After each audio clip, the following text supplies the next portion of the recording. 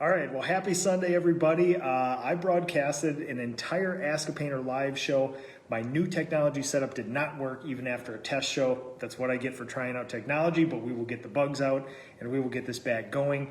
I will give this about 10 seconds just to make sure it's going on Facebook here. Make sure the feed's up and running.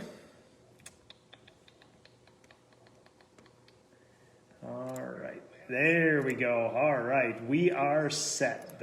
We have audio, we have video. I think we are good to go. So, okay, back into this. So tonight, I went through a whole bunch of questions. I was answering people's questions from the live feed. I'm gonna try to regurgitate as much of those as I can. Now, this is the Ask a Painter live show. I'm Nick Slavic. I'm the proprietor of the Nick Slavic Painting and Restoration Company. I'm also the host of this show, Ask a Painter Live. I use my 2 decades of experience as a craftsperson and a business owner to answer any of your questions. Tonight, AMA, Ask Me Anything. I collected a bunch of stuff from your guys' comments and posts, and we'll go back through this stuff. And I will go back through and start looking through some of the images here. Normally, we do this on Friday at noon. I just wanted to spend a little more time with family. I'm here in the war room. We'll get the crackling fire going here. I shut down all my other streams here so that we could maximize the internet. But yeah, otherwise, I'm just here to answer any of your questions. So post them down below. I'll go through some of the ones that in the last feed that we didn't get to. We'll get this sucker going, get a little ambience going. So yeah, I got a couple updates for you. We got something really cool that we're going to start tomorrow as well. So, all right, number one, PCA. We're going to talk a lot about business growth and things like that tonight over these questions. My business grew when I met the PCA and the people in the PCA. So it's not a coincidence that the bright minds, the people who like sharing, like doing things with other contractors, opening up their worlds, getting more perspective, are at the PCA. So I would urge you, if you have questions about, like Adam Northenskold send in a question, optimize what you have as a small business, put the pedal down and grow. If you just want that perspective or need to know, there's not a right or wrong answer. The people who have some perspective for you are there. So, and they'll always be willing to lend it to you. So, and again, like I always say, it's not a coincidence that basically everything happened to me. I matured as a business owner and a leader and a craftsperson after I started meeting the people in the PCA. So we have that to look forward to. There's a link here if you want to join.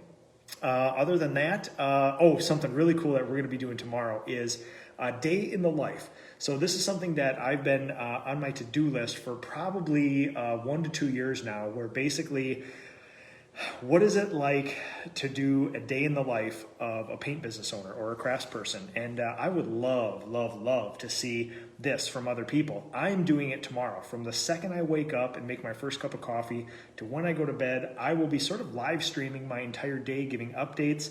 It is a day in the life of a paint business owner. I will show you what my week looks like. I will show you what my day looks like hour by hour, and then we can go forth and do stuff like that. So it'll be really fun. Follow along. I'll have a hashtag for it tomorrow morning, but look for it early. I'm an early riser, and you guys can follow along all day as we basically go through my entire day. So shop update, the Slavic shop. Haven't been very active because spray booth got delivered. They sent it with the wrong sort of electrical equipment, so that had to be redone. Electrician is in there and has it all wired up. We're waiting for HVAC guys to come in and plumb the exhaust out the side of the building, get all the required permits and things like that. My carpenter is building a downdraft sanding table. That'll kind of be a dust-free environment there too. And then we have a little drying room set up too to keep particles off of the stuff. So again, you guys know me for straightforward, simple, sort of forthright sort of systems and processes. The Slavic shop is going to be no different. It's going to go prep, spray, dry. All simple, all clear. There's going to be kind of cool little tricks and some hacks and some weird things that we do in there specific to our business, but it's all going to be very simple and straightforward. Also, within the last week, it was the 13th anniversary of this business here. So a lot of you know my story. About 13 years ago, I left my own family business, competed with my own family business in my own hometown of 7,000 people. And here we are later. I go from a one-man show to about 25, 27 people, a full leadership team, finishing facility, office, and it's been a really fun ride. And the people of this area of Minnesota are insanely supportive, and we don't take that for granted. We know trust is everything, and we do not want to drop that trust ball. So awesome, everybody. Type your questions in down below. I gathered a few from earlier in the day when people were posting about this. So I have jettisoned my my app. I was screen sharing. I was showing pictures. I did not know, half the people were commenting and half the people didn't have audio or video. So I had this beautiful setup with my new. I was testing out new audio and video equipment too, and it did not pass the test today. So. James Dillon, Bowling Green, Kentucky. We talk often. Best way to go from oil to water base on trim. Two things: mechanical and chemical bond are what's gonna get you there. Mechanical bond is actually sand, vac, and tack, SVT. So you can abrade the surface a little bit, give it tooth, increase the total contact area. When you sand something, you're actually giving it peaks and valleys, and it'll give that primer the ability to have more contact area there. Chemical bond as well is another part of that. You can get by with just mechanical bond, but it's good to have both, belt and suspenders. So I would always say, after you get the mechanical bond, set yourself up for a win with a primer that will actually, at its chemical base, bond with whatever's there. Now, oil-based primer is still my favorite. We can get it here. It's plentiful. It's cheap. It never fails, ever. So we go with that. If I did not have oil primer to choose from, I would start with some of the hybrids. Benjamin Moore, Sherwin make great examples of this. There's a whole bunch of regional companies that do as well. Scratch test is going to be the thing. I would SVT a surface, put some primer on there. If it sticks and does not bleed, you have a winner. Then you can use whatever top coat you want. You can go back to oil top coat if you want. You can do hybrid, you can do water base, you can do 1K, 2K poly, all that stuff. But that's going to be the test there.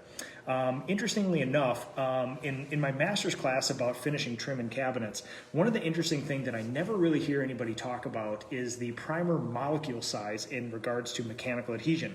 Water-based primer are big kind of beach ball molecules like this that squish and conform to each other, and they sort of form a skin and a layer.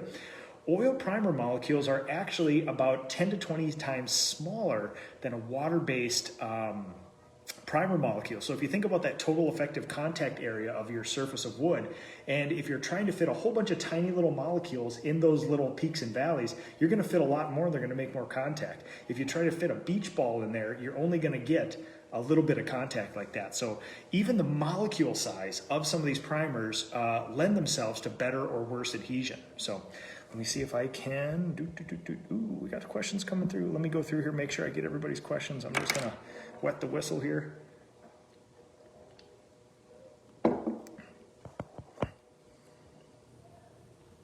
Paul, how's it going? Ooh, DC Professional Painting. Oh man, 3 tips to start a successful painting company. Number one, well, so there's things like tactical stuff you actually do in your business, and there's like vision things that you do outside. So I would say number one, talk to other painters and get perspective.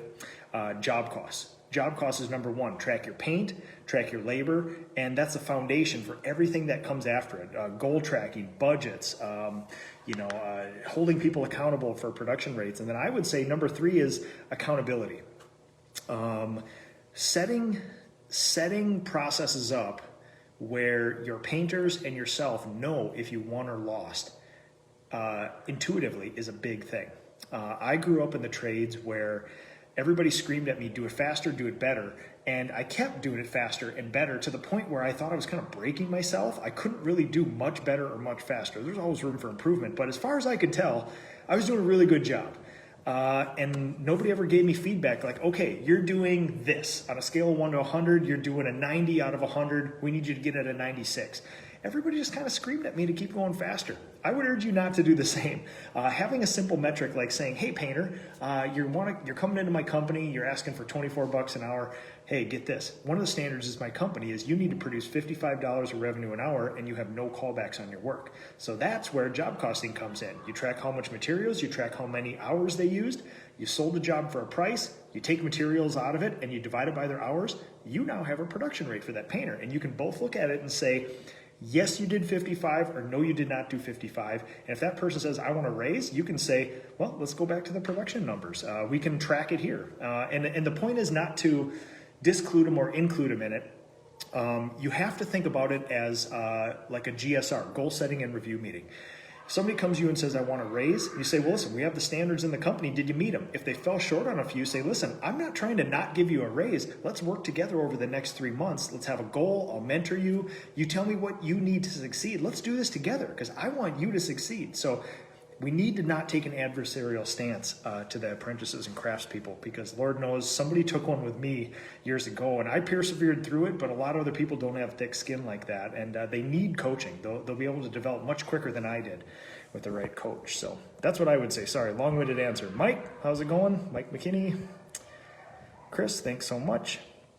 Jonathan Mooney, in the UK and some other parts of the world, craftspeople have to be certified. Do you think that will happen in the US? They have it in Canada too. If I'm being honest, none of it helps.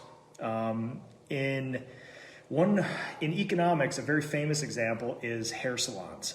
There's a lot of hair salons that have to get permitted either by the state, or you have to go get permitted by a barber board or a hairstyling salon board. And it was not to bring, I mean, on people will tell you it's to make sure the quality and safety is up there, but honestly, it was basically just to eliminate competition. And you can talk to people in California that have to have like local trades licenses and stuff. All it is a $150 money grab by the municipality that allows you to like have this license. And honestly, the people who weren't going to get it anyway. So I don't think at this point, the problem is if all homeowners required that, yes, valuable. Then there'd be some standards in place and you have to rise to the thing there. But if you're getting certified or you're getting, your red seal in Canada and no homeowner ever knows about it, they don't care to ask. They don't even know to ask, It's like the RRP, the EPA RRP lead law too. I'm just guessing, but I'm guessing 5 to 10% of all painting contractors in the US are even certified. And that might be optimistic.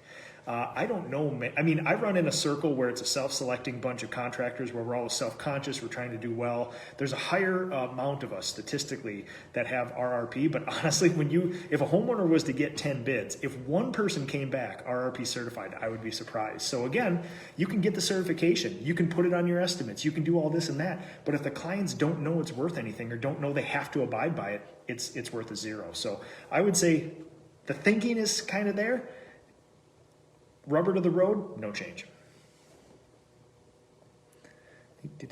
Oh, Ross, hello from Duluth. How's it going? Todd Carroll's another Minnesota guy. Company vehicles. Yes, do you allow them to take them home? Do you have them all at the shop? Everyone meets at the shop. Yes. In the last live feed, we talked about this, and nobody heard it, but yes, I'm a big fan of simplicity. Dodge Caravan. You can get them for about $8,000 to $15,000. They're great. You can put all the seats down and back, put a 4x8 sheet of plywood. You can fit 2 crews with the gear in there, 6-8 extension ladders on top, $250 roof rack will do everything you need. They cost about $800 to $1,000 to get lettered and badged. And you know what? They're great vehicles. They're plentiful. They do very, very good things. I used to be a pickup truck guy because my dad was a pickup truck guy, but you cannot have 15 vehicles in your company all at $40,000 and still have a whole bunch of cash left over. So the alternative was, why don't we get these $8,000 to $15,000 vehicles? And yeah, they're going to take a little maintenance here and there, but who cares? You can do a lot of things with these vans. And my daily driver now, I sold one of my trucks so that I can drive a caravan around because it's so useful. I can put my whole family in it. I can put, I drove to Wisconsin to pick up all the fast rack equipment, filled the back of that thing with fast rack equipment, and still had a whole bunch of room left over. So honestly, we don't let the painters take the vans home anymore. We did an interesting human experiment years ago where, maybe it was 2 years ago, we let the painters all drive the vans home, and it opens you up to a huge bunch of liability that your insurance companies now won't really let you do or advise you against. Also, people were doing some odd things where they were selling a personal vehicle or they were not getting one repaired because why? I got this other vehicle. And then there were car seats in them and people were using them on the weekends, and it's just not a great sort of situation where I let my leadership team do that because it's part of their employment contract, and they've done an exemplary thing. The things are spotless, they're clean, they're well maintained. But yeah, with the painters, it's a little bit different story. Now, I have some of the best people in the industry, but still, there's a lot of young people running out there, and they will never treat it as well as you will. The worst thing you can do as a leader and as a business owner is give something and take it away. And we had to do that with the van. It was a big culture killer for a while because there was this benefit, this great benefit. And as a matter of fact, the quantifiable benefit is somewhere between like $3,000 and $5,000 a year. If you add in a vehicle payment, insurance, maintenance, and fuel, and all that other stuff, that's a huge benefit. That's somewhere between like $2 and $3 extra per hour that an employee gets, and nobody really thought of it as a benefit. Again, best people in the trades, but people are people. It's an economic reality. If you don't own it, you don't value it like you paid for it yourself. And that's just something we all deal with. So, all right, scrolling down. Oh man, Mike Wells. What's the best way to bid on new construction home? Total square footage or linear? All right, listen, this is one of my most unsatisfying answers. I feel like all I have are unsatisfying answers. This is the most unsatisfying answer because it doesn't matter. The builder has a price in mind already, and they don't care how you bid it, why you bid it, what number you come up with. They're going to find somebody to fill that shoe at that price, and they honestly don't care. But builders, most times when we work for them, now we work for a couple really conscientious builders that pick us because we're like a soft touch company. We're working in and around families. We do finest finishes, things like that.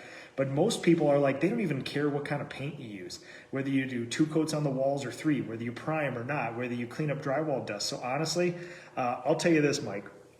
I lose my patience with builders a lot of the times where a new builder will come to me and say, hey, we've seen your vans around. You want to bid on some new construction? I'll say, yeah. Tell me what you charge. Just tell me. We're 2 business owners right here. Tell me what you need me to be at. Tell me what your finishes are. Do you use a flat on the wall, builder's flat? Do you use an eggshell? Do you use a matte? What do you expect out of your trim? Is it all painted? Do you do stain matches? Just give me a price because I'm not going to waste your time. It's going to take me an hour or 2 at the minimum to come up with an estimate for this house. And a lot of the times, 98% of the time, you won't hear back from the builder. So again, it's like, listen, you came to me, just tell me what I need to be at. And honestly, they'll give you a price a lot of the time. So now obviously a builder makes money by building in their margin, their management fee. And a lot of time it's 10 to 30% on a job. So the number they give you, they obviously aren't charging the client that because they need to build in their margin. And that's fine. That's how the business works. But understand that new construction is race to the bottom. And we are at a distinct advantage because we actually clean drywall dust and prime walls. That usually doesn't fit schedules. And honestly, builders don't even care. They're just like, spray 1 coat of builder's flat, get all the trim done, roll another coat of builder's flat, moving on to the next one. And that doesn't fit with our stuff very well. So I would say, Mike, I'm a jaded pro in this regard where I used to think every time a builder called, oh my God, I'm going to impress them so much. I'm going to have them, I'm going to have 8 options for every room. I'm going to do all this and that. And you never hear back from them. So now I just say, you know what? We're 2 business owners standing here. You tell me what you need out of me. How many coats on the wall? How many coats on the trim? Give me a price. If I can do it, I'll tell you right now. I'll work with you. If not, I'm not going to waste your time. And a lot of the guys are, they actually are pretty good with that stuff. So now, that's unsatisfying. In your answer is, what do I charge for this? The best way to do that is do one and find out. You can track, again, job costing. If you get a new construction home and try to price it so you're not going to go out of business.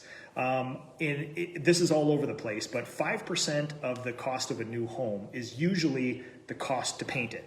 If I'm trying to do the math right in my head, if you have $1 million new construction home, basic finishes are going to be at least 50 grand for, ceiling white, walls gray, trim white, something like that. Not a whole bunch of specialty finishes and all this other kind of stuff. Simple homes, maybe 3,000, 3,500 square foot homes, nothing intricate, nothing crazy, nothing ultra custom. 5% of a price, when I look back on my stuff, is usually bottom kind of, finishes and things like that. So again, if you got a 5,000 square foot home and your math tells you it's $18,000 to paint it, I would do your math again. I would add that up a little more and see what's going on. So. All right, let's see what else we got here. Jim Callahan, past apprentice, good friend, and now client of mine. Love Jim. Do you anticipate wood colored doors, trim, and cabinets to come back in style at some point? Who and what determines the colors and styles that are popular? And where did the obsession with all the white stuff come in? Sneaky stuff. So, everything is cyclical. If you've been around long enough, it's just going to come back around. Just like Jim's a music guy, you know this. We can only discover so many new things, and every time we discover a new thing, it's less to choose from. It's not this wild west out there anymore. So I will say this: the more I think about new construction, I see the level of materials going all the way down to bottom basement. So we do $1 to $3 million new homes, and honestly, all the trim is particle board. It's finger jointed stuff. It's this and that. The reason a lot of the builders push the painted stuff is because you cannot stain and varnish particle board and finger jointed stuff, because finger jointed stuff, if you've never seen it, is 2-inch chunks of wood that are joined together like this into long pieces of wood. And you see all the joints and stuff. It's all scrap wood. It's all just garbage wood. And if you paint that, you don't see that. So one of the things that I think is the indicator of these trends is that. I subscribe to Architectural Digest, one of the leading, it's on the leading edge of design and all this stuff. And you get out front where it's wacky, where every table is a $90,000 custom piece that doesn't really make a lot of sense. You can't put a coffee cup on it because water will ruin it. A kid will probably impale themselves on one of the sharp corners. That's the leading edge of where the designs come from. I don't know how Sherwin and Benjamin Moore come up with their colors. Sometimes they're good, sometimes they're odd, but they do have to come up with colors. It's all kind of out there. I honestly believe that there are some universal things that builders can take from the designers. The designers go out there and do their wacky stuff. 1% of that trickles down into new construction. And what really sets when I really think about the industry, what really sets the trends is Pulte, Lennar, all those big home builders, nationwide home builders that put up thousands and thousands of houses a year. Some of that is dictated by the materials, some of that is dictated by trends, but what we have seen in the last 5 years is everything getting lighter and cooler. And that is dictated by the national home builders, because they do so much of them. That's when people go see parade homes and model homes, they're seeing so much of that, then they say, well, that's a trend now. Interestingly enough, I'm not really seeing, we're seeing such juxtaposition of the sort of colors now where the materials suck in new construction. I mean, we're given poplar, which is basically a scrap wood that you build the insides of furniture with that you don't want to see, and asking to like ebonize it and make it black. And we can do it, but doing that to like a real piece of mahogany or ebony would be the most beautiful thing on earth. The finish is better, it looks better, it feels better, and everything else. Stained and varnished wood, the problem is it's very expensive, Jim. Right now, people have that bad taste of like oak in their mouth. Oak is one of the best woods on earth. We used it so heavily, just like we're using white stuff now, that people just like, it's not bad, they're just sick of it for now. It's just like popcorn ceilings. It's a white ceiling. It's an even texture. Who cares? But people will take it all down and put knockdown on. And you're like, you know what? It's just a personal preference. It still gives you a white ceiling at the end, but it's a trend. There's nothing wrong with popcorn. It's just that it's been around forever and people associate it with something older and they want something newer. And even if that newer thing is a direct equivalent or maybe sometimes not as good, people just like new stuff. And as consumers, we can all understand that sort of thing. So what I would love to see, and hardwoods are so expensive. If there was a new house that a builder came to me and said, we're doing all oak in this house and it's all gonna be stained and varnished, I thought, oh my God, who got out 3 checkbooks for that one? Like that would be incredible. Even simple oak moldings now, because it's not the standard, is expensive. What I love and what I did in my last historic home is I bought white oak, solid white oak, 3/4 inch by 10 inch wide, and I milled all the woodwork for myself just to get that feeling of the oak again. And when you use real good hardwood, you can make it look like anything. Like there are beautiful houses over in Narragansett on the East Coast that are getting all mahogany woodwork inside, and it's lovingly being finished with guys like by guys like Zach Kenny and his craftspeople, and it's beautiful. The problem is, it is a fortune. It's an absolute fortune that almost nobody can afford, especially if you're looking in that $300,000 to $400,000 kind of move-up house or entry-level house. There's not going to be any of that stuff in there. You might get a poplar newel post that we stain black and it's rough to the touch. just because poplar is a softwood, and that's kind of is what it is. So yeah, I hope that helps, Jim. Personally, I love the stuff, and when I use wood, if it's got to be stained and varnished stuff, I use the finest stuff ever. So my desk is made up out of probably 300-year-old oak that I salvaged out of the framing of an old house. My table here is solid white oak that I spec specifically for that. You know, my chair in the corner is solid white oak. My door is a 130-year-old fir door that we salvaged from a school. All the doors inside my house are the same thing. All the woodwork, for that sake, you know, the 12-inch baseboards is all salvage stuff. So I'm a big fan of that stuff.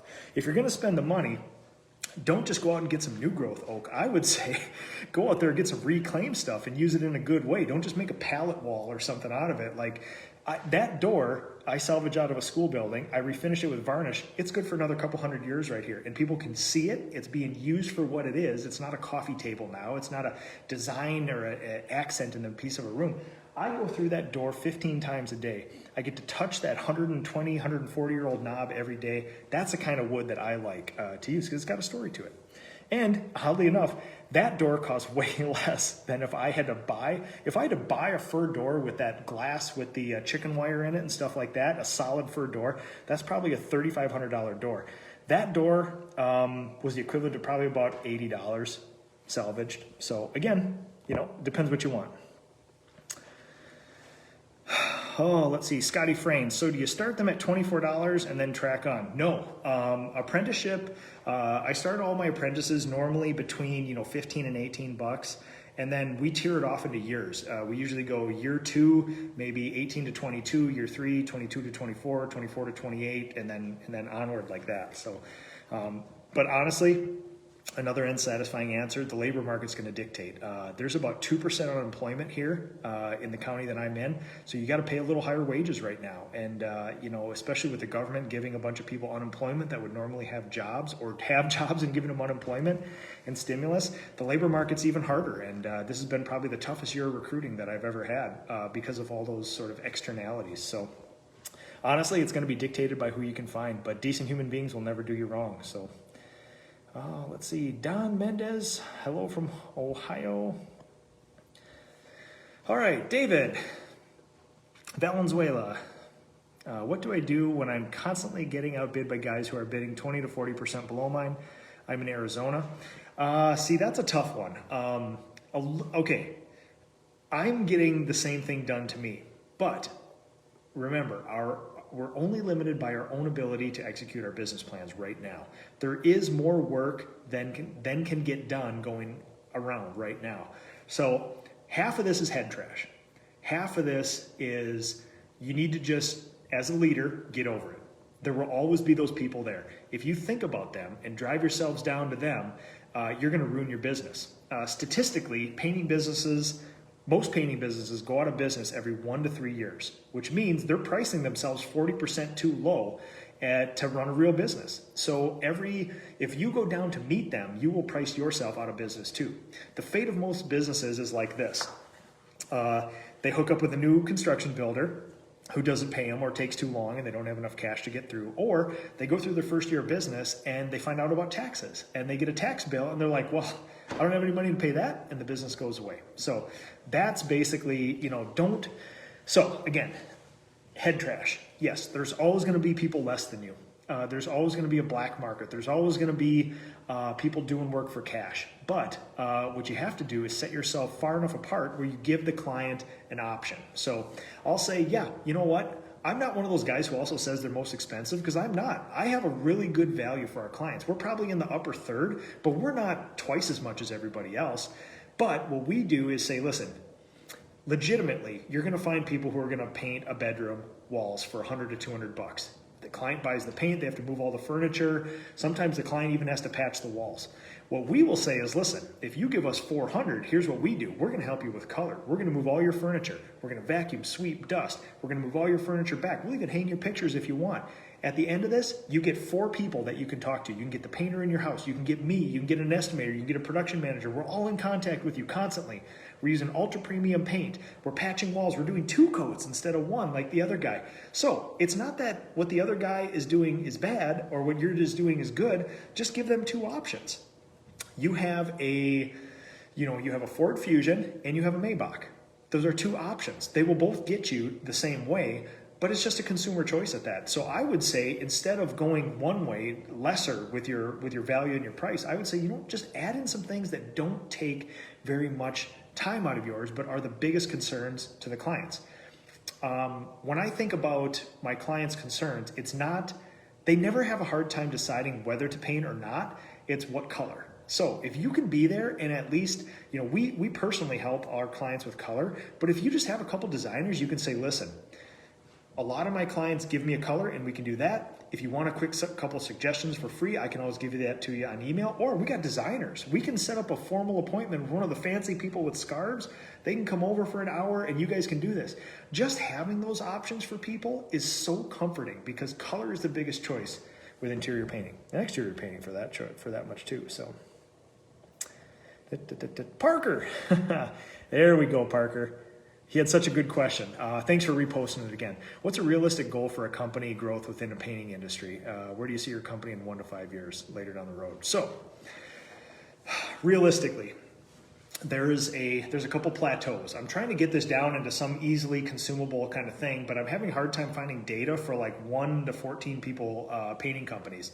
So if you'd like to share some data, I'll share mine, we can share yours. But what I'm trying to figure out is there's plateaus. You grow to a certain area and then you have to do some big leap to get to the next level. And the first plateau, the first sweet spot in the painting industry is probably somewhere between 3 and 5, 3 and 6 painters. One person very easily, if you know how to paint, if you know your standard operating procedures, if you don't have a lot of questions left about what paint to put where and how to put it on, you can just hire a couple people at a time, and over the course of 1 to 2 years, you can have a 3 to 6 person company that's very lucrative. You can control the processes still, you can still give that soft touch to the client, you can be very involved, everything is controlled by you, and it can be very profitable if you find the right people and train them well. And then when you go from like 6 to 10, then you got to really make a jump, because you can grit that out and do it yourself, but you're probably going to have to hire somebody to help you with it. And hiring somebody in a painting company that does not paint, but you have to pay them, is a very big leap in every paint company. It usually occurs between that 4 to 10 painters in there. But I would say, honestly, if you were to hire 2 people at a time, and I'm a big fan of hiring 2 people instead of 1.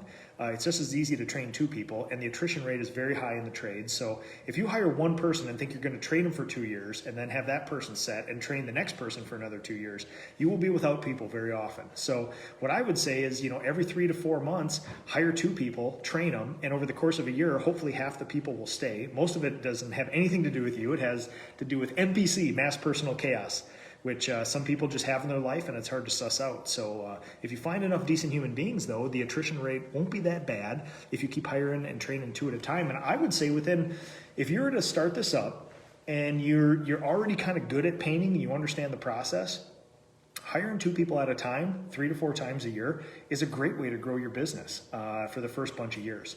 Now, if you don't know how to paint, or you have large questions, or you're running into failures with your coding systems, I would definitely not hire people until you get those solved. And that was in hindsight, it was unintentional, but that was one of the greatest things that I did early on. Was I put in so many hours into the trade, I had no questions left anymore. I knew what molecules of oil primer were like.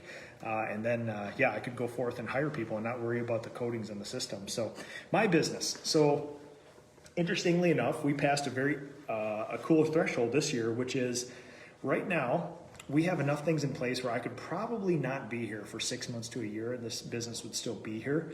There'd be things to fix at the end of that, of course, but there's really good people doing really good things, and we have enough levels of accountability and kind of perpetual motion machine stuff where it could go.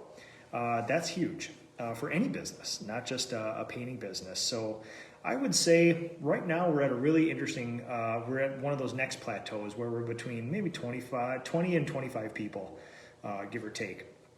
The next leap would be to probably add in somewhere between 5 and 10 painters. I think we have the extra capacity to do that, but for the last 4 years of aggressive growth, we've sort of figured out what to value, what not to value, and we're going to take a growth phase perspective of maximize what we have. We want to make the happiest, wellest paid apprentices and craftspeople in the industry, and then we want stability, and then we want to add a little bit to it. But right now we're to the point where, even a year ago, we were adding 13 people in the middle of winter and training them and getting them out into the field. We don't need to do that anymore. We got lots of people, we got lots of great people. And so right now the idea is we're building up a really high fence around this business, and we're only letting the best of the best in now. And not necessarily painters, just people. Like, you got to be a really good person now to get in here, because we're staffed very well.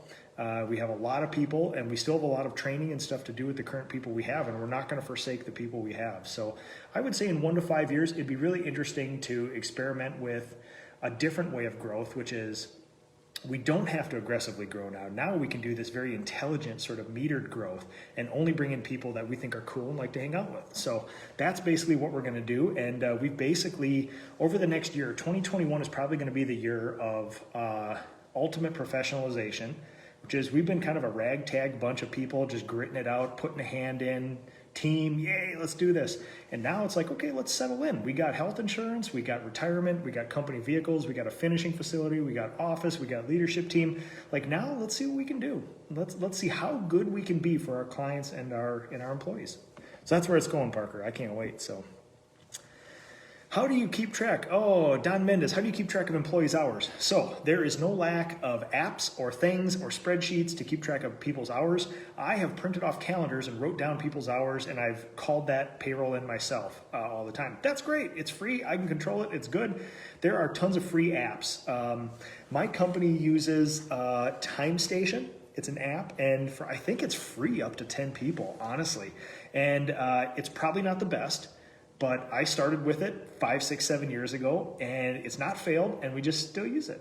So sometimes the best apps, the best method of doing it are something that doesn't fail, and that's simple. So my people can actually, I'm doing it from my phone now, but they can punch in a 4-digit code, and it automatically tracks their location, where they punch in, what time they punch in, and then they punch in, same thing at the end of the day, and it just automatically calculates their payroll. One of my production managers compiles that, sends it off to payroll once a week, and it's really, really good. It's really good for that. So, let's see here. Sammy Meadows. White is timeless and is a staple color. That's why it's chosen for its versatility. Wood tones being used with the current mid-century modern look are trending too. Oh, absolutely. So, and when people say, like, I'm always interested, or I'm always careful to mention when people say, is white a fad? Is all the painted woodwork a fad? And I was saying, no. The most universal color on the planet, at least as far as interior and exterior decorating, is white. It was one of the first paints ever, white lead, things like that. As far as trends go, in the late 90s, 2000s, we had red dining rooms. That's a trend. That is a very specific color. It's a very bold color. It was used in a very specific way. It caught on. Oranges, reds, things like that. And then that's not bad. A red dining room is not bad. It's just people did a lot of it, and now they're kind of done with it, and they moved on to something else. As far as fads or trends go, this is the least offensive sort of trend or fad that's out there.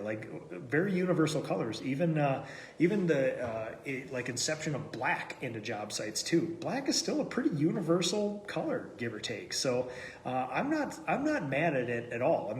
Lord knows I would be a hypocrite. My entire house is white. I have the same color, ceiling, walls, trim, cabinets, everything. Because I just again, I've entered the phase of my life where I want to see the things on the wall and not that. I just want a nice, happy, bright, kind of seascape behind me. And again, in 5-10 years, I'll probably be sick of this and go back to like I did my historic home, where I have gold foiled ceilings, grass cloth wallpaper, deep, rich blues and reds and things like that. But yeah, it's just fun. Just as fun. So. Todd Carroll's new construction, have fun. Yeah, man, Todd does more of it than I do. And again, it's an interesting thing, because people always talk about pricing when it comes to new construction, and that's probably the thing you have the least control over. Scheduling is a big thing. When a solopreneur or a single person painting company says, hey, I got this great, it's an 8,000 square foot new construction, we're going to be doing it in summer, this and that, I can't wait, it's a huge project. I'm just thinking, wait a second. 8,000 square feet. Do you understand how many labor hours? That could be 1,400 labor hours into that thing. And they're if normal people work 2,000 hours a year, that could be 2/3, 3/4 of your year. Is that builder going to give you 6 to 8 months to paint that house? Like, he's probably expected it in about 2 months. So I think people don't understand the things. Price is always something, and new construction is sexy because, this builder will give me more work. It's it's $50,000, $100,000 to paint this house. It's the least profitable work out there unless you and your builder are just paired up beautifully and you have shared common values and things like that. So I would just be very leery. I would do some for sure, but yeah, I would just go into it knowing this ain't gonna be easy. There's no low-hanging fruit or free money for subs in new construction as far as that goes. So. Michael Crane, what would you do if you didn't paint? I would imagine I'd have to do something productive. So my personality type is super high utilitarian. So I like wilderness, I like stuff like that, but the world of being a wildlife biologist is not as productive as I'd like to do. So that's actually a really good question. I would like to do something, I would have to create. It would probably have to do something outdoors.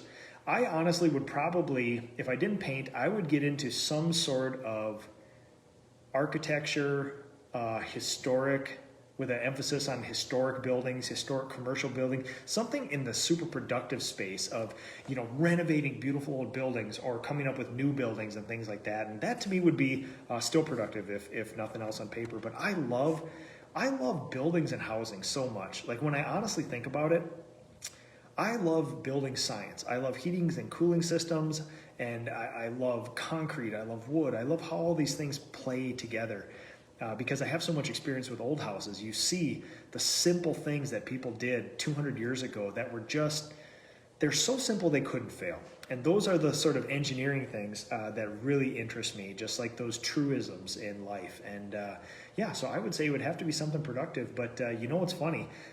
Since I was 10 years old, I honestly, it wasn't one of those things like where I stood up and I said like, this is my life. I'm going to be a painter or a craftsperson or a wallpaper hanger or whatever. I just kind of did it and never thought otherwise. So whether that's super smart or super stupid, I don't know. But I didn't have a thought otherwise to doing this. So I'd love to hear what you would be doing, Michael, otherwise. Jonathan Mooney, builders and realtors will use you to finance their, yes. Yeah, when you don't get paid for 6 months, you gave them a 6-month interest-free loan in the building process. That's a huge thing. Good builders who respect painters is hard to find. Jonathan, yes, I would agree. We have a couple that do, and we're grateful for them. So, all right, Josh Payton, for a greenhorn that is new to the residential painting trade, a business that has only 3 employees. Let's scroll down. How should I teach and mentor them in the beginning to make them a successful painter? So, number one, you got to do a couple of the boring, non-sexy things in order to set the ground for success. So you got to have a job description that actually tells them what they're going to be doing, so there's no ifs, ands, or buts. You got to have a pay scale in place so they know what they have to do to achieve or what they can achieve when they do it. You got to have deliverables. So again, back to the whole, you must produce $55 of revenue an hour with no callbacks and things like that. You got to have something you can rate them on so that they know if they're winning or failing. And then you have to have a review process to hold them accountable. So in my company, we have GSRs, goal setting and review meetings. So 4 times a year, I'll sit down with everybody in the company, and I even get one done on myself from the leadership team. And we basically review the last 3 months.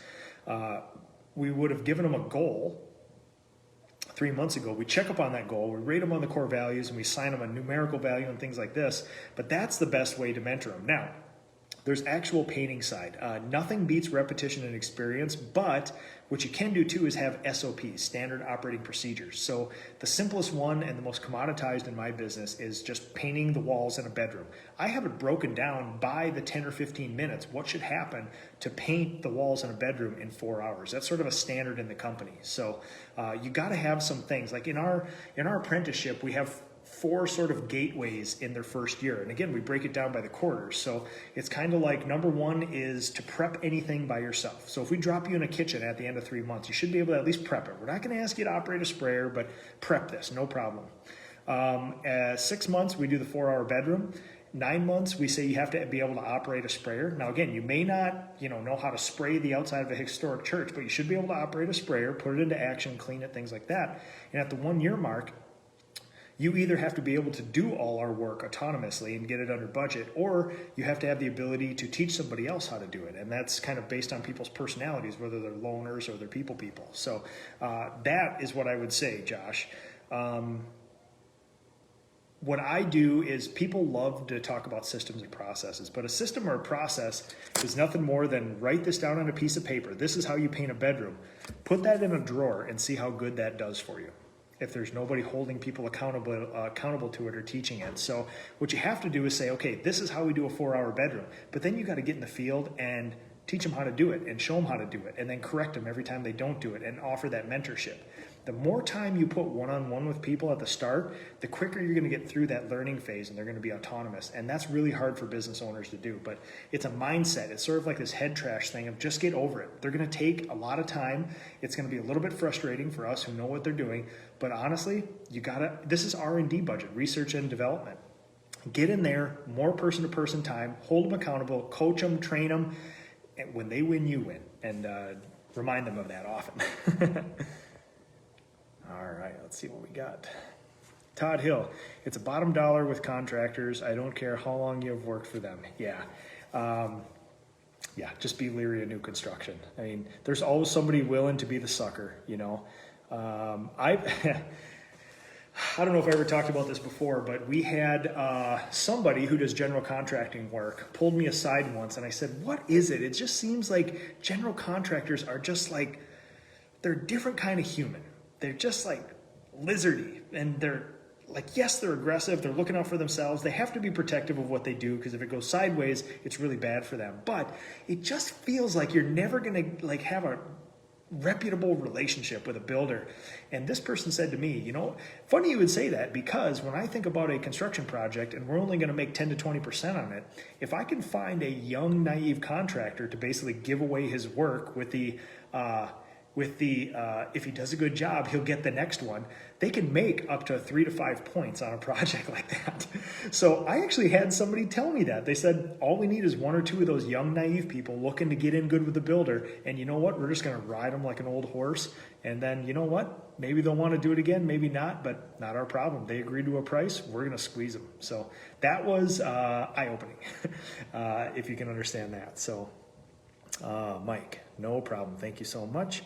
RPM, power washing and painting. How do you price residential stuff? So again, unsatisfying answer, do a bunch, do job costing, record your materials, record your labor, record your closing ratio of how many jobs you estimate versus sell.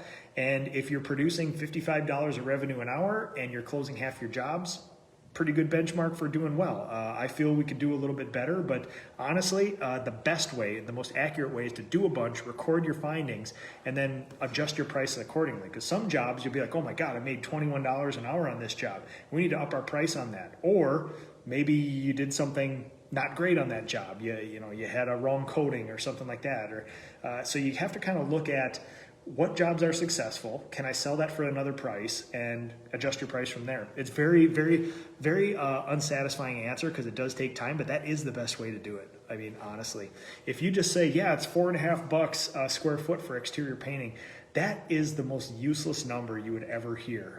I don't even know if that's accurate, but every house is different. Every house is landscaping. Every house is different level of prep. That's basically how I do it. I do have a couple templates that might be able to help you. If you email me, nick@nickslavic.com, I can show you how to get production rates to say, okay, like I did it for my own house, the Slavic house here, where I broke down what I would have charged for this house. I tracked my own time painting it, and then I said, okay, here's what I made on this house. I produced $2.13 an hour painting this. I was able to, all in all, prep, paint, and de-prep about 60 square foot an hour on a house like this. With me, in this condition, with this siding, with this and that, it's a data point. It's not perfect. If you apply that number to the next job, it may be completely off if it's a historic restoration. But you have a data point to go off of. So the next time you have a house like this, you have it there. So Todd, orange is one of my favorite colors. How do you get a hat? I'm surprised you don't have one of these already. You're a fellow hunter too. So nick@nickslavic.com. Send me your address again. I'll send you one out. So Richard Heilman, fellow Minnesota painter here. Good to see you, man. Colors come from the fashion industry first. I would not doubt that at all. That's probably the leading edge of that stuff. Oh, here we go. Todd Hill, best way to remove drywall dust. I've had different vacuums leave scratches. Yes, absolutely. So, super sneaky trick. This is actually, hacks are gross. Like when somebody says, here's a hack for doing this, that seems to me like a not great, stupid way to do something. But the closest thing I can ever give you to a hack is this. New construction, this works really good with new construction, not in lived-in houses. You get a leaf blower out and you open one window on the side of the house and a window on the other side of the house, and you leaf blow that stuff from one end to the other. Sorry, I just spit. That's the best way to do it, honestly. And it stirs up a lot of dust, but it clears out quick if you get that cross ventilation going like that. It's actually a super sneaky way to do it. So really cool. I have a couple change their kitchen every year with paint. Yep, I would believe it. What's your SOP for basic room repaint? I work solo, so I'm always looking to improve. John Molinelli, email me, nick@nickslavic.com. I'll actually send you mine. It's just a little checklist. It's about, 22, 23 steps. Everything from putting a yard sign in when you get to the house to vacuum and sweeping and dusting on your way out, and I have times on the side there. So, and yeah, if you have one too, I would love to. I always love seeing other people's stuff as well. So, Josh, most new hires can accomplish simple tasks besides using a brush properly. Any tips on what I should have them practice on or techniques? Yes. How I used to like starting out my apprentices is rolling first and then brushing. But honestly, I've gotten over that stuff. I start them with everything right away. And it takes a little longer. But I actually have, I'm trying to think, if you search on YouTube, I have an example of where I painted a bedroom in about 2.5 hours live for my entire company. And I actually show you the cutting techniques and everything else there. I did a really cool video for Purdy where I actually show you, I break down how to actually get up to a ceiling. Here's what you do. You dip, you lay it on, you move it back, you move it forward, finish stroke, moving on, and it's a repeatable process like that. So I would urge you, there's some very simple things there. If you cannot search those on Facebook and YouTube and find anything, just give me an email, nick@nickslavic.com. Remind me of what you're looking for, and I will point you in the direction of some of those resources for sure. I would also say, you know what? If you're looking for some free how to paint resources too, Sherwin, Benjamin Moore, and the PCA all have a whole bunch of super cool, free, really well-produced stuff. PCA is called Trade Best Practice. Sherwin-Williams is, I think you can go to the website AmericanNeedsPainters.com, and you can get some really good training. And it's all for free in there too. So search up all those sites and find those. Let's see what else we got here. Scotty, how many plates did you have on Thanksgiving? Hope is awesome in the new. Oh man, this is great. I have, you can't see it now, but we have our 20-acre wilderness, our pond, our creek, our marsh right outside here. We actually do have, me and my youngest daughter Toodles, we actually went out there and we put, there's a cedar tree out there on the fence line. And so we have an extension cord all the way out there on a timer, and every night at dusk it lights up. And I can see that from my bedroom window as I lay in bed each night. And yeah, this is what my family's been waiting for a long time, which is our little wilderness sanctuary. Everywhere we look, this is a fishbowl. It's a wall of glass. We have a 40-foot living room, 40-foot wide living room. It's a big box. And we have a 20-foot wall of glass on one side that overlooks all this stuff. And when we're making our food, sitting around in a 40-foot big living space with our people there and everything else, that's really awesome. Also, on the last live feed, Phil Klein, my friend from Iowa, asked about fitness and nutrition. I went into about a 10-minute diatribe of my philosophy on it and all this. Audio and video never came through, but I'm being very intentional this year about making sure that I don't go backwards with my health. So I did have one plate, and I made all the food though, so that was good. But there was champagne and beer involved, so that probably didn't do myself any favors. So let's see what else we got here. Michael Crane, explaining your processes in depth helps. Writing a blog article once and sending them to clients saves you time. Oh yes, absolutely. JV Taylor, love your veteran attitude. I look forward to learning more from you, vet to vet. Oh, thanks a lot, man. I appreciate it. Interestingly enough, I learned a lot from the Army because I'm a super utilitarian guy and I don't like compliance. So the military had a little bit of a problem. I had a little bit of a problem with the military because I was like, come on, just let me do this. Like, I know it's not by the SOP. Like, come on, I can get this done. I can give you results.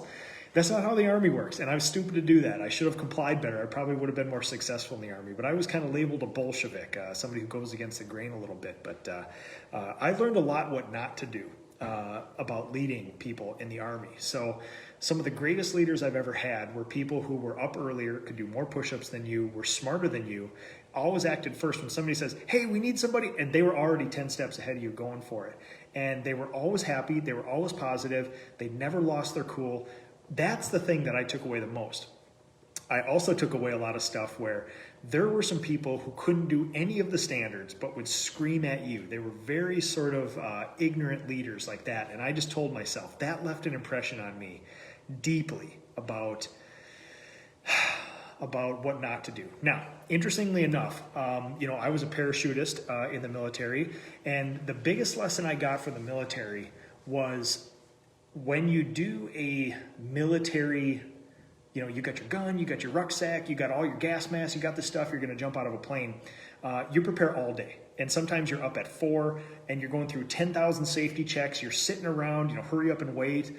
And finally, they get you in a plane and it's just glorious. The wind's blowing. You got 180 pounds of gear on you and you're shuffling around. You got a rucksack strapped between your legs. You got to waddle like a duck and, weapons strapped on your side. And you're just laden down with this stuff, sweat dripping all over. There's people puking on the plane.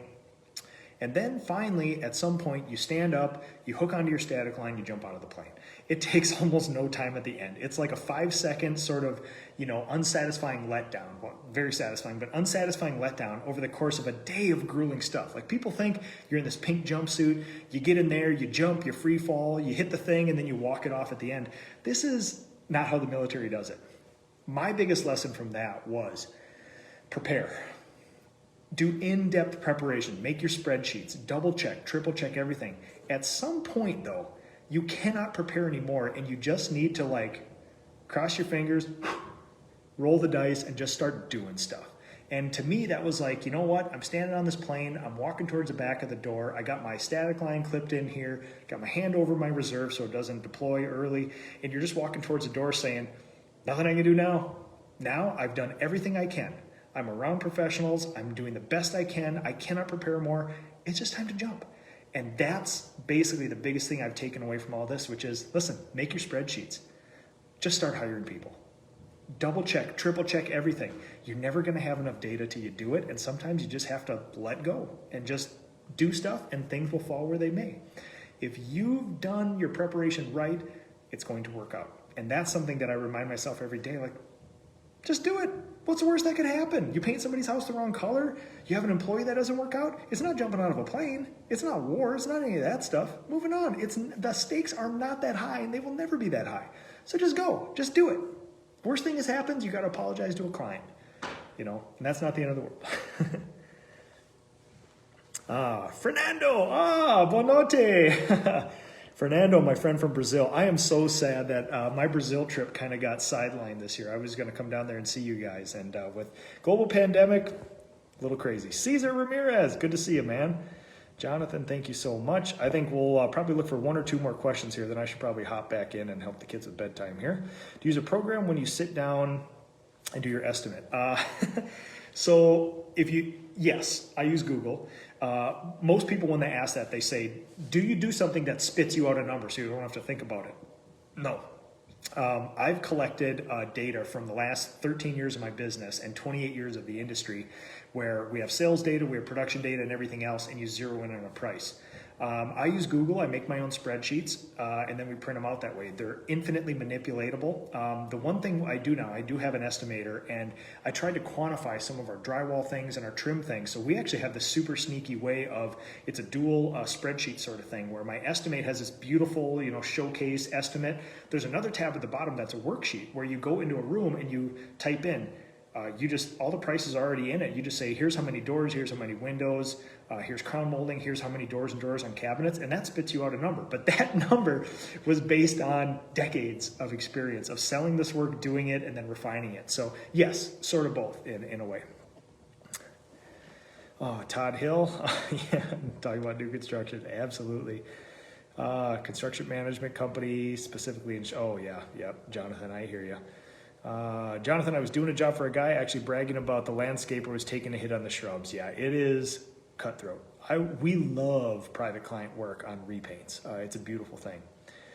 Sean Davis, thanks for doing the show on a Sunday. Absolutely, yeah, no problem. I wanted to spend some time with my family this last Friday, so Sunday it is. So I'm not opposed to doing it again.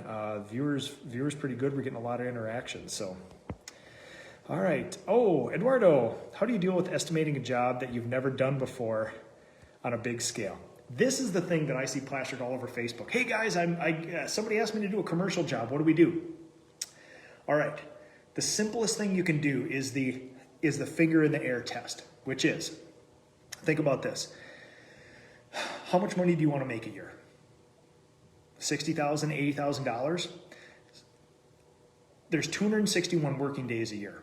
Divide that $80,000 by 261 and it'll come up with $421. That's not right, but it's gonna come up with something like that. And you say, you're a painter, you've done stuff before. Take a guess how many days it would take you to paint that. And then you have that number of how much you wanna make. This is, guys, this is at its simplest. This is how I kind of this is how sometimes I think about this. I get asked to do this stuff all the time that I've never done before. We started carpentry this last year. I'm getting asked to do stuff that we've never done, but it's pretty simple. A human can accomplish so much in a day, and you can start bookending it. Bookending is a thing where somebody says, hey, we have well, 8 years ago, I did a dang Chevy dealership by myself. I'd never done anything to that scale. DTM, Drywall, all that stuff. I didn't even own a sprayer at the time. I bought a sprayer for the job. So, well, maybe it was 10 years ago, give or take. But at that point, I was like, well, listen, this is going to take 2 months of my time. What's 1/6 of my year going to cost? And that's a good place to start. Bookending is basically, okay, so somebody asked you to do a car dealership. You could say, okay, I'm looking at the inside, the outside. Will it take 30 days for me to do it? Ooh, that seems light. Will it take 90? Well, it's never going to take 90. Well, there you go. You've just bookended it. Probably not less than 30, not more than 90. Now you can start whittling it down. This will take a few hours of your time. But what I like to do is list out all the major parts of the project.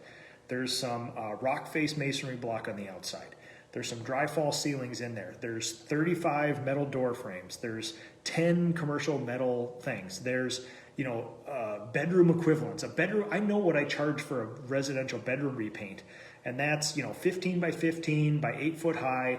There's a square footage associated. How many bedroom equivalents, how many day equivalents is that? And then I just break it down to the little Lego pieces and say, well, listen, 32 door frames, I'm estimating 2 hours a door frame, give or take. And if you have multiple colors, maybe a little more, but you can break it down by its little pieces. And then at the end of that, you add them up and it'll say, well, maybe it's 45 days, maybe it's 50 days worth of your time, give or take on those big ones. But I will tell you this, always charge more than you think. Generally, painters underprice themselves anyway. And when people don't know how to do something, they usually skew lower. I would skew higher, honestly. And again, like I talked about on the last live feed, when a builder comes to you and says, "Hey, do you want to do this work for me?" If it's another business owner, I would just tell them, like, listen, what's your budget?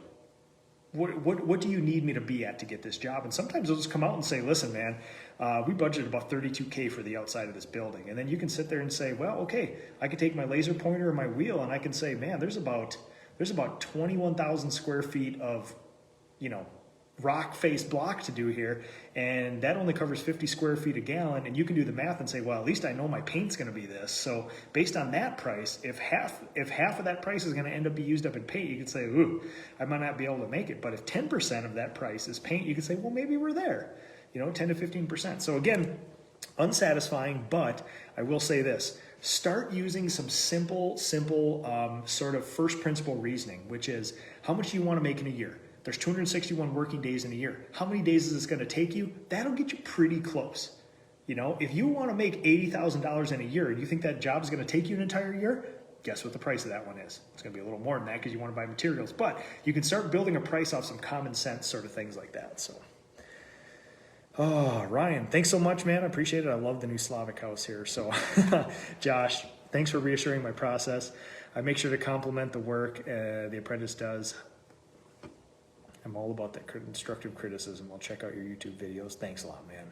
Listen, you win with people, and you win with decent human beings. And if the more decent human beings you can get, and the more you can spend time and skill training them and creating that warm family environment, the better you're going to be, happier your clients are going to be. And that's the ultimate goal, really. So, oh, Mary Faria from Surf Prep, thanks so much for watching. Chad Merriam, Kanan, past apprentice. All right, last one here.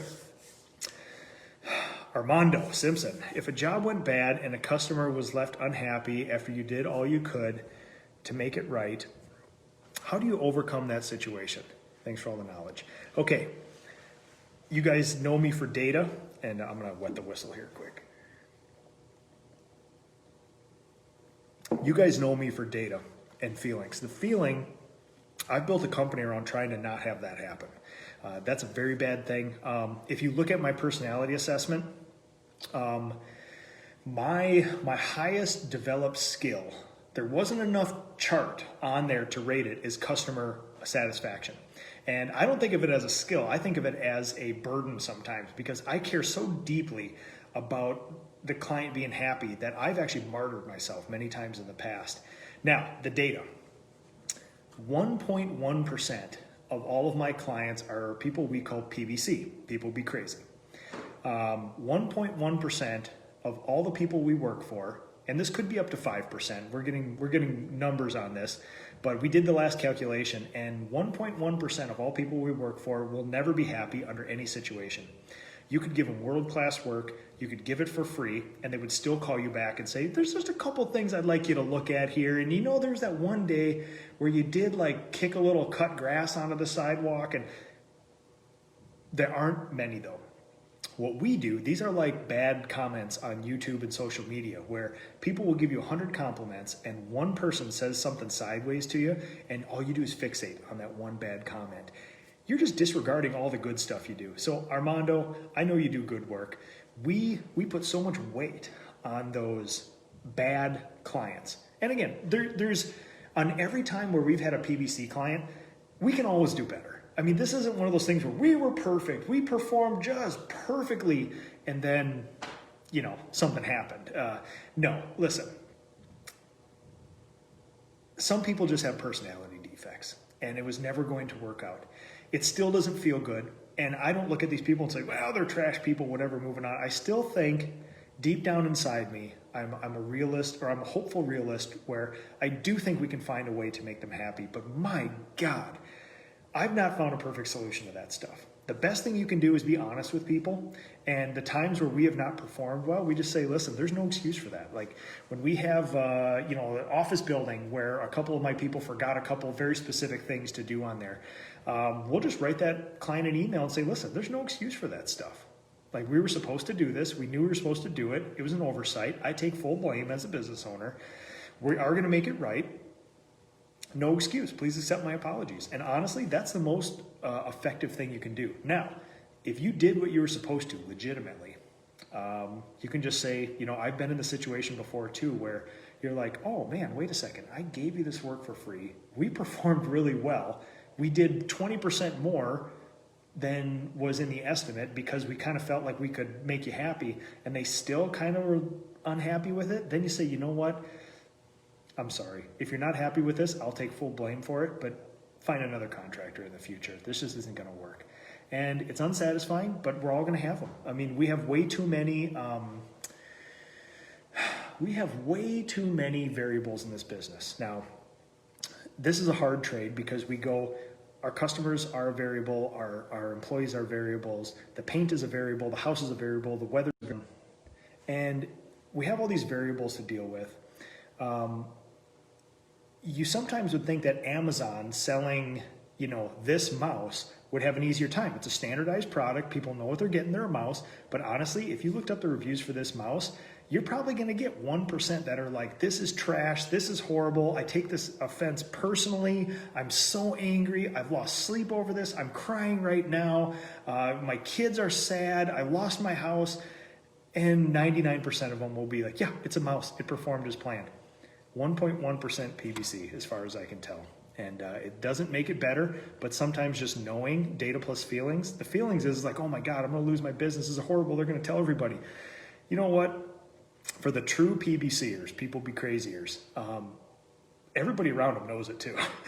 And listen, this is not, our clients are the greatest people on earth. They trust us with their houses. Don't ever take that for granted. But honestly, there are some people who will just never be made happy. And, you know, I probably do 800 to 1,000 estimates a year, give or take. We're in 800 to 1,000 houses for that stuff. And you get a big slice of humanity. And you can just tell that some people are just like, oh no, they do this to everybody all the time in every interaction. And it's a really crappy way to go through life. But honestly, if they think that's what's best for them, I'm not going to hold it against them. We'll just try to perform the best we can. Nobody's perfect. That is true.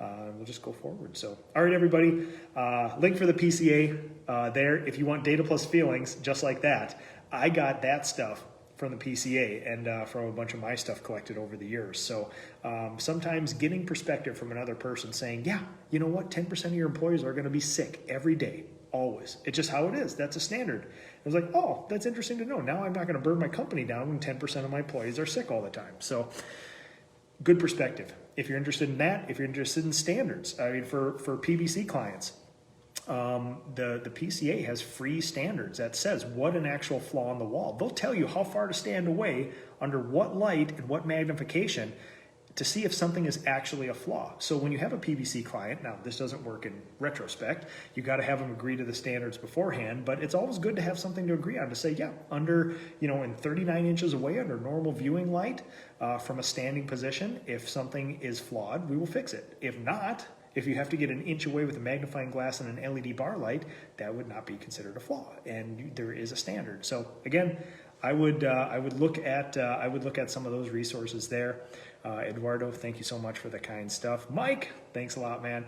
And thanks for hanging out on a Sunday night, guys. This is family time now for me, so have a good week. Oh yes, tomorrow, a day in the life of a paint business owner. I'm going to document and live stream basically my entire day from the time I wake up and then all the way till the end. So every little grueling detail. I'm gonna show you what my week looks like. Oh, Nicole Hall, thank you so much, I appreciate it. You wanna talk about decent human beings, those Halls right there. The best of the decent human beings. So I'm gonna basically be live streaming, live chatting, live documenting my entire day. That'll include Nicole's husband, Andy, estimator Andy, and it's going to be a great day tomorrow. So tune in. I'll have a hashtag for it. So if you don't get up as early as I do, you can just follow the hashtag and it'll basically take you through my entire day. So thanks everybody for hanging out. I do appreciate this, and have a good week.